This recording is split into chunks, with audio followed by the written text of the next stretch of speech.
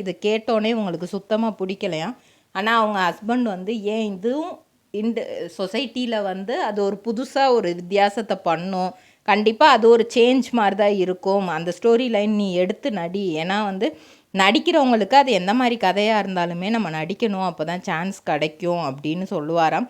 அது மட்டும் இல்லாமல் இவங்க நிறைய மாடர்ன் ட்ரெஸ்ஸிலலாம் மாடலிங் பண்ணியிருக்காங்க. எல்லாத்துக்குமே அவர் வந்து நீ எப்படி வேணாலும் பண்ணு, நான் உனக்கு சப்போர்ட்டாக நான் இருக்கேன், வெளியே யார் என்ன சொன்னாலும் அதை பற்றி கவலையே படாத, நான் பார்த்துக்கிறேன் அப்படிங்கிற மாதிரி எப்போவுமே சப்போர்ட்டிவாக தான் இருந்திருக்காரு.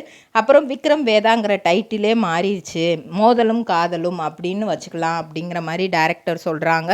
அதுக்கும் இவங்க ஓகே பண்ணி அந்த சீரியல் ட்ரிபிள் ட்ரேடிங் கம்பெனி எங்களிடம் பாக்கு மட்டை தயாரிக்கும் மிஷின் கிடைக்கும், அதற்கான ரா மெட்டீரியல்ஸையும் வருடம் முழுதும் நாங்களே சப்ளை செய்து வருகிறோம், நீங்கள் செய்யும் தட்டுகளை நாங்களே எடுத்துக்கொள்கிறோம், அதற்கான லோன் வசதியும் செய்து தருகிறோம்.